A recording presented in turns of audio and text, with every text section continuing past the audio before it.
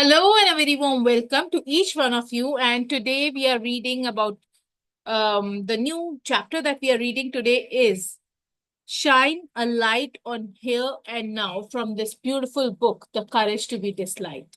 Let me very quickly start sharing the screen so that we can read it together.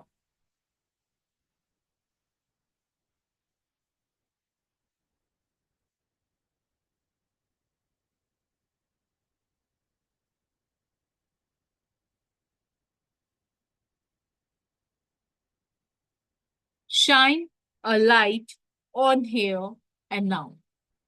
Youth, look, in your refutation of etiology, you rejected focusing on the past. You said that the past does not exist and that it has no meaning. I acknowledge those points. It is true that one cannot change the past. If there is something that can be changed, it is the future. But now, by advocating this managerial way of living, you are refuting planning. That is to say, you're rejecting even changing one's future of one's own violation. So while you reject looking back, you're rejecting looking forward too. It's like you're telling me to just walk blindfolded along the pathless path. Philosopher, you can see either behind you or in front of you. Youth, that's right, I can't see. Philosopher, isn't that only natural? Where is the problem here? Youth, what? What are you talking about?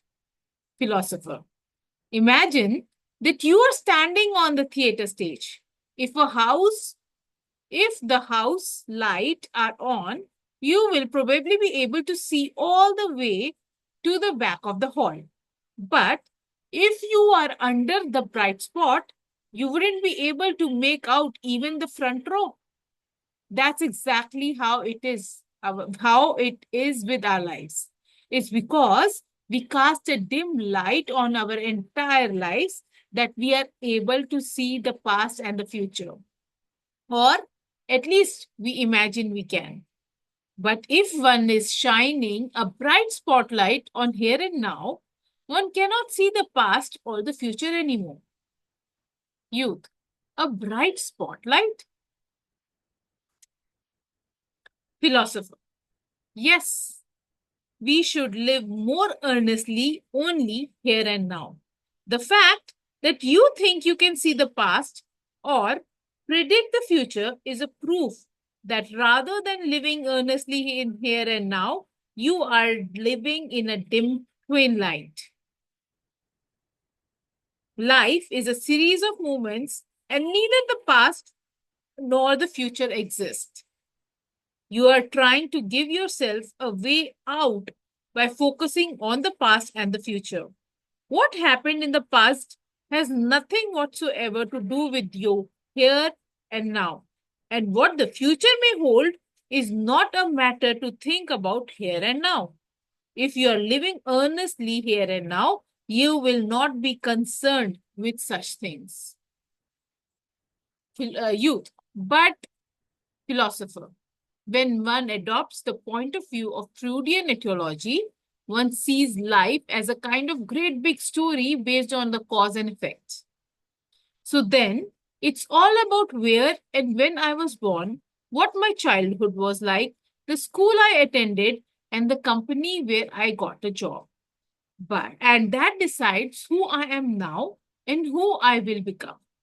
To be sure, likening one's life to a story is probably an entertaining job.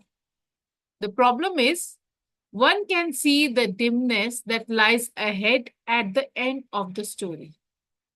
Moreover, one will try to lead a life that is in line with that story.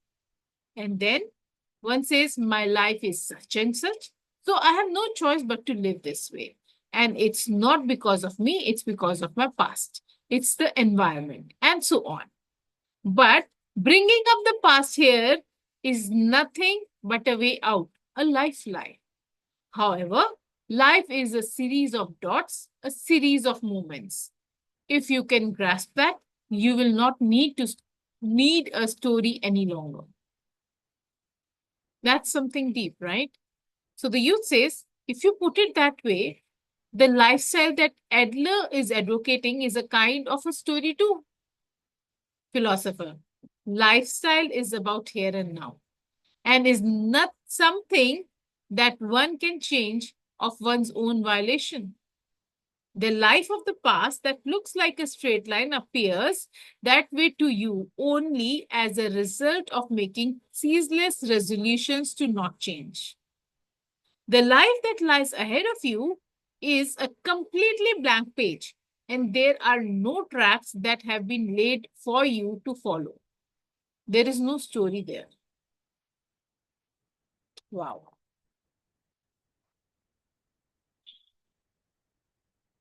So youth says, but that's just living for the moment, or worse, a vicious hedonism. Philosopher, no. To shine a spotlight on here and now is to go about doing what one can do now earnestly and consciously. Wow, this is so beautiful. Now, what would I like to share here is, that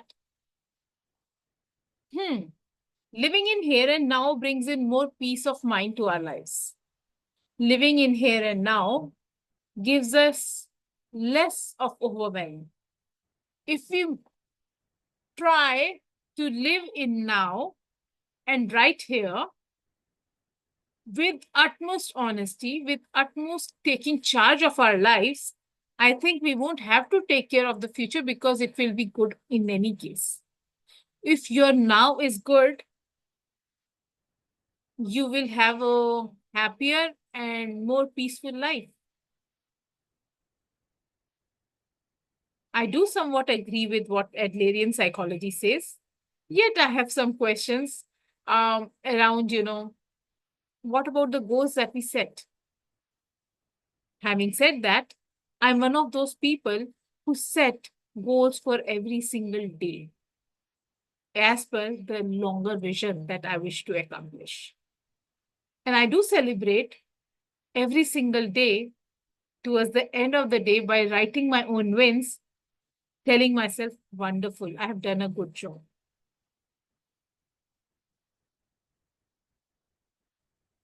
Think about it as to how do you think of this? Do you agree with it or not? It's not important that we always agree with what the author is saying, but yes, it is something that is very insightful.